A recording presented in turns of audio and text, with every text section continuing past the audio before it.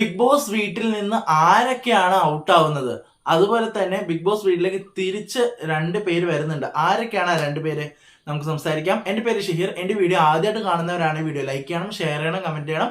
അതുപോലെ തന്നെ big boss diaries എന്ന് പറയുന്ന ഈ യൂട്യൂബ് ചാനൽ സബ്സ്ക്രൈബ് ചെയ്ത് കൂടെയുള്ള ബെല്ലൈക്കൺ എനേബിൾ ചെയ്താൽ മാത്രമാണ് ഞാൻ ഇടുന്ന വീഡിയോസ് നിങ്ങൾക്ക് നോട്ടിഫിക്കേഷൻ ആയിട്ട് കിട്ടും.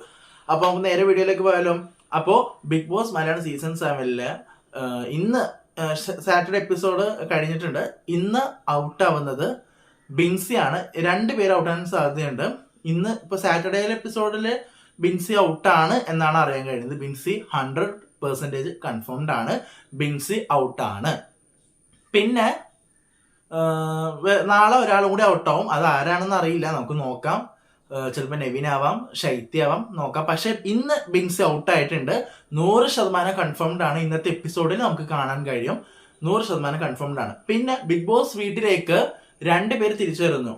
വേറെ ആരുമല്ല, നമ്മുടെ ഈ മിഡ് വീക്ക് സസ്പെൻഷനിൽ നിന്ന് ഔട്ടായവര്. ആ വീട് വിട്ട് പോയില്ല, അവരാണ് വരാൻ പോകുന്നത്. ഒനിയിലും ഷാരികയും തിരിച്ച് വീട്ടിലേക്ക് എത്തുന്നു. പക്ഷെ ഞാൻ പറയുന്നത് അവർ 1 വീക്കും കൂടി ഇതുപോലെ ഡെഡ് സോണിൽ ഇട്ടിരുന്നെങ്കിൽ വന്നിട്ടാണെങ്കിൽ ഓക്കെ ആയിരുന്നു. പക്ഷെ ഒനിയിലും ഷാരികയും ഇന്നത്തെ എപ്പിസോഡിൽ, ശനിയാഴ്ച എപ്പിസോഡിൽ തിരിച്ചു വരുമെന്നാണ് അറിഞ്ഞത്.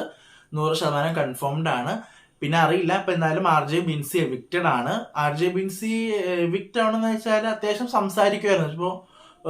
ഇപ്പൊ നമ്മള് കുറെ അഭിപ്രായങ്ങളൊക്കെ പറയായിരുന്നു.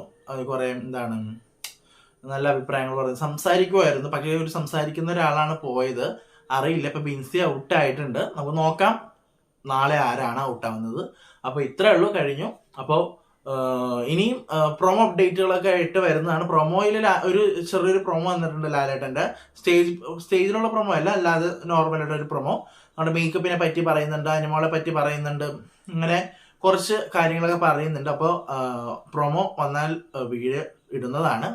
അപ്പോൾ ഇപ്പൊ തന്നെ സബ്സ്ക്രൈബ് ചെയ്ത് വെച്ചേക്കാം. ഇനി അടുത്തൊരു വീഡിയോ വരുന്നതായിരിക്കും. ബൈ.